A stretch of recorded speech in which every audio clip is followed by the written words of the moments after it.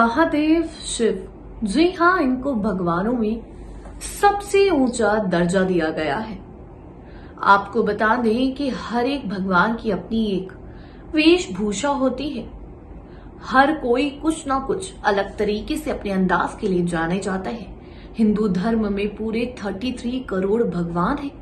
सबकी अपनी अलग पहचान है, अपनी अलग वेशभूषा है जिसके लिए वो जाने जाते हैं। जैसे कि इंद्रदेव और ब्रह्मादेव सफेद कलर के कपड़े पहनते हैं। वहीं बात करें विष्णु भगवान की तो वो हमेशा पीले वस्त्र में दिखाई देते हैं। ऐसे ही सरस्वती माता जो हमेशा सफेद रंग के वस्त्रों में दिखाई देती है।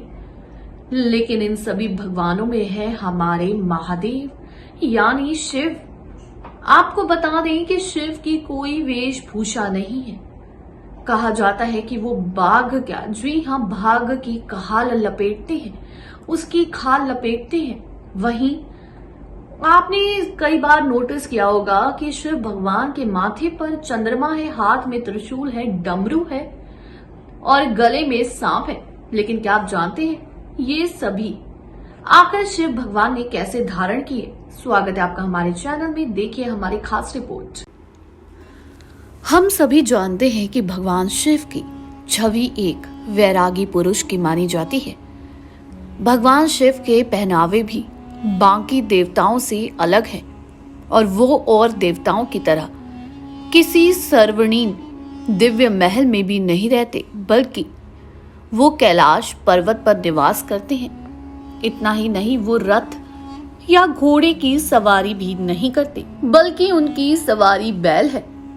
इसी तरह भगवान शिव के अस्त्र शस्त्र और आभूषण भी बाकी देवताओं से अलग हैं। दोस्तों, आपने देखा होगा कि भगवान शिव अपने सिर पर चंद्रमा, हाथों में त्रिशूल और डमरू और गले में आभूषण के रूप में नाग हमेशा धारण किया करते हैं। अब आपके मन में सवाल जरूर उठ रहा होगा कि क्या ये सभी चीज भगवान शिव के साथ ही प्रकट हुए थे या फिर बाद में ये भगवान शिव के साथ जुड़ते गए? तो आपके मन में उठ रहे इन्हीं सारे सवालों के जवाब बताने जा रहे हैं आज हम इस वीडियो में। तो इस वीडियो को अंत तक देखना ना भूलें। बता दें, शिव पुराण के विशेश्वर संहिता के अनुसार वैसे तो भगवान शिव सारे अस्त्र शस्त्रों के ज्ञाता हैं, परंतु उनका प्रमुख अस्त्र धनुष और त्रिशूल है। बता दें, जैसे ही आप सभी जानते हैं कि भगवान शिव को त्रिगुणातीत के नाम से भी जाना जाता है, यानी भगवान शिव खुद में सृष्टि के तीनों गुण रज, तम, सत, इन गुणों को समान रूप से समाहित किए हुए हैं और यही तीनों गुण तीन शूल के रूप में भगवान शिव हमेशा अपने हाथ में धारण किया रहते हैं, जिसे हम सभी त्रिशूल के नाम से जानते हैं। ऐसा भी माना जाता है कि और समय आने पर भगवान शिव इसका उपयोग दुष्टों का संहार करने के लिए करते हैं। वहीं शिव पुराण में इस बात का भी वर्णन किया गया है कि भगवान शिव के हाथों में डमरू कैसे आया। शिव पुराण की माने तो सृष्टि की रचना के समय जब देवी सरस्वती प्रकट हुई तो देवी ने सृष्टि की उत्पत्ति के लिए अपनी वीणा से ध्वनि को जन्म दिया, परंतु वो ध्वनि सुर और संगीत विहीन थी।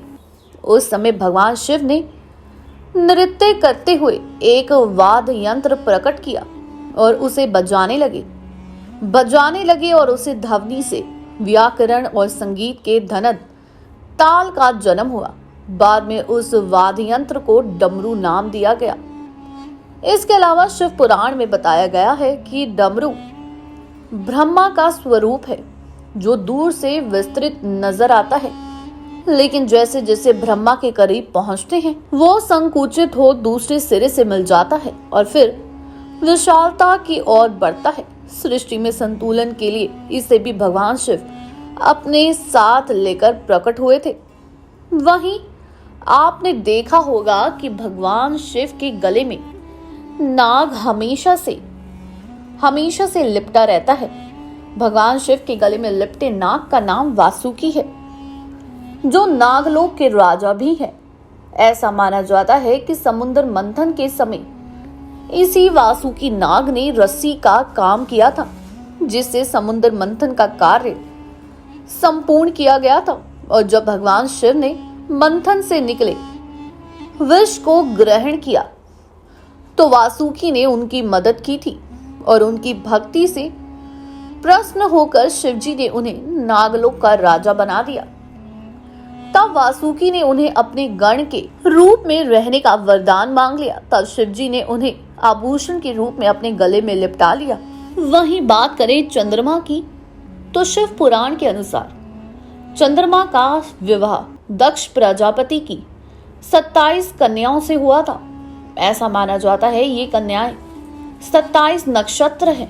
विवाह के पश्चात चंद्रमा अपनी 27 पत्नियों में रोहिणी से सबसे ज्यादा प्रेम करते थे। वो बात चंद्रमा की बाकी पत्नियों को रास नहीं आई और उन्होंने इसकी शिकायत अपने पिता दक्ष प्रजापति से की। ये बात सुन दक्ष प्रजापति क्रोधित हो उठे। उन्होंने चंद्रमा को क्षय होने का श्राप दे दिया। इसके बाद चंद्रमा का स्वास्थ्य धीरे धीरे बिगड़ने लगा। तब एक दिन देवश्री नारद ने उन्हें आकर बताया कि इस श्राप से तुम्हें देवाधिदेव महादेव ही बचा सकते हैं, इसलिए मेरी मानो तो तुम भगवान शिव की आराधना करो। उसके बाद इस श्राप से बचने के लिए चंद्रमा ने भगवान शिव की तपस्या की। चंद्रमा की तपस्या से प्रसन्न होकर शिवजी ने चंद्रमा के प्राण बचाए और उन्हें अपने शीश पर स्थान दिया। ऐसा माना जाता है कि जहां चंद्रमा ने तपस्या की थी वही स्थान आज सोमनाथ कहलाता है।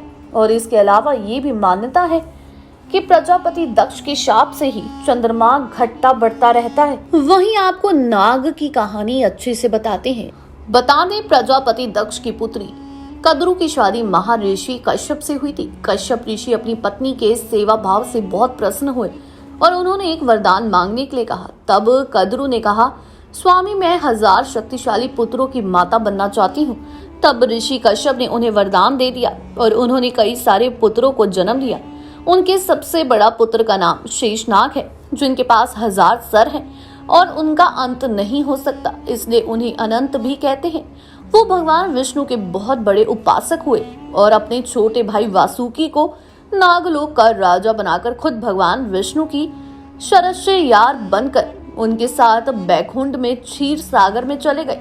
नाग राजा वासुकी ने समुद्र मंथन के समय भगवान विष्णु के कहने पर मंदार पर्वत पर बंधन की तरह लिपट गए और दोनों तरफ सड़े मंथने की वजह से बहुत घायल हो गए। साथ ही जब भगवान शिव ने समुद्र मंथन से हलाहल विष निकाला तब सांपों ने उसे भगवान शिव के साथ ही धारण किया। इस प्रकार की असीम भक्ति को देखने के बाद भगवान शिव ने वासुकी नाग को अपने गले में आभूषण की तरह धारण कर लिया। कहा जाता है वासुकी नाग ही वो नाग है जिनके पास नागमणि है और सबसे पहले भगवान शिव के लिंगा अवतार की पूजा सांपों और नागों ने शुरू की। उसके बाद ही नागों की भक्ति से भगवान शिव बहुत प्रसन्न होकर उन्हें अपने अनन्य भक्तों में शामिल कर लिया। जी हाँ, इन सब को किसी न किसी वजह से महादेव ने अपने ऊपर धारण किया हुआ है। वहीं इन सब का अपना अपना अस्तित्व है। जानकारी अच्छी लगी हो चैनल को सब्सक्राइब करें, बेल आइकन दबाना ना भूलें। धन्यवाद।